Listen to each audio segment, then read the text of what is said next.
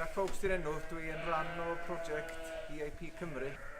Yna 7 o'n ni yma yn Sir Fôn, yn grŵp. Dwi'n penderfynu ymchwilio fewn i sut i leihau defnydd o antibiotics ar fferm.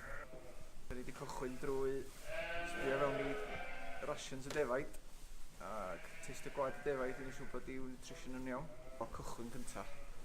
Da ni'n hunan o fan mae'r chynnes wedi stopio defnyddio yr antibiotics trwy'r geg i wyn i gyd. A pethau mynd reit dda. Ni'n pwysleisio dipyn ar yr colostrum, neu siŵr bod y wyn cael digon ohono mewn 6 awr o'i geni.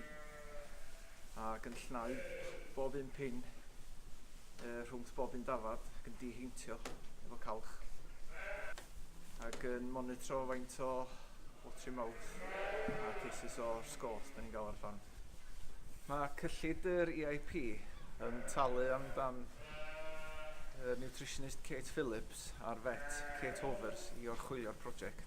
Mae Kate Hovers wedi bod yn orchwilio'r codi gwaed yn gwaed ar defaid ar wyn ac analysio'r results i wneud siŵr bod pethau'n mynd yn iawn ar y ffarm. Mae'r cyllid EIP hefyd wedi bod yn talu am y costau lab yr gwaed a'r sample silage. Wedi bod yn help garw i symud y prosiect yn ei mlaen.